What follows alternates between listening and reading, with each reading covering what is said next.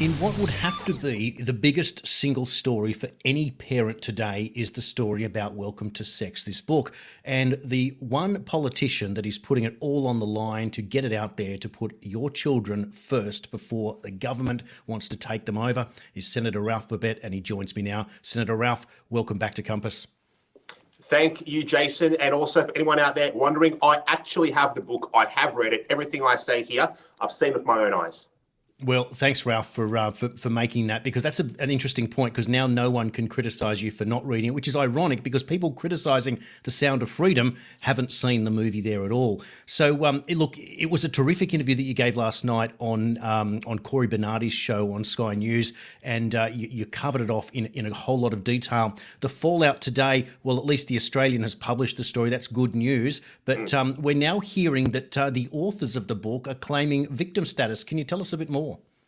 Well, I'm very upset that the authors of the book, but most importantly, the mainstream media, will attempt to change the story away from the harm being done to children into a victim parade for Yumi Stynes. Now, we all cop abuse online. Now, I'm not saying that it's okay to send death threats, but to disagree and to be upset at someone who has a public profile on all social media platforms is perfectly normal.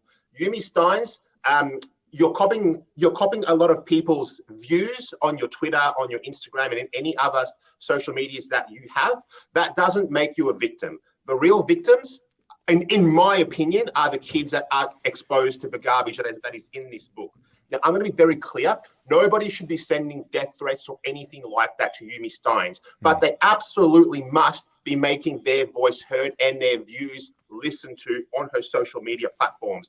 Disagreement is not harassment. But if anyone has harassed her, of course, I condemn that. But of course, I mean genuine harassment. But what about Kelly J. Keane? What about Moria Deeming? What about every other right-leaning conservative person that cops abuse online? Why didn't the media care about that when that was happening? It seems to me that they're only very selective when it comes to people that are on the right side of politics. So once again, I'll be very clear.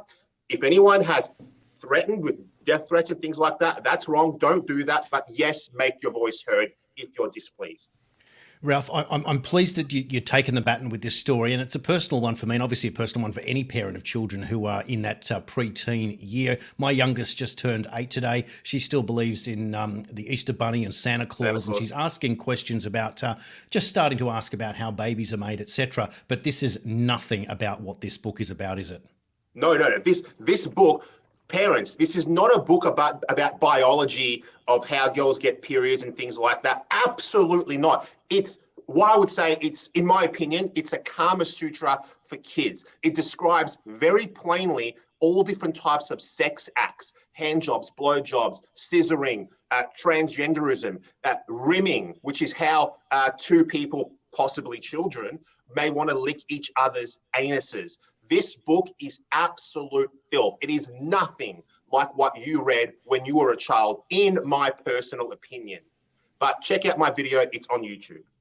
Yeah, look, I'm glad that you're able to make that point, Ralph. And where to from here, given that Sound of Freedom on the other side of the world is doing the opposite? It's making a big splash now, and people are starting to pay attention. It seems that the world is divided between those that want to somehow pretend that they're protecting children, but they're not. They're putting them in harm's way.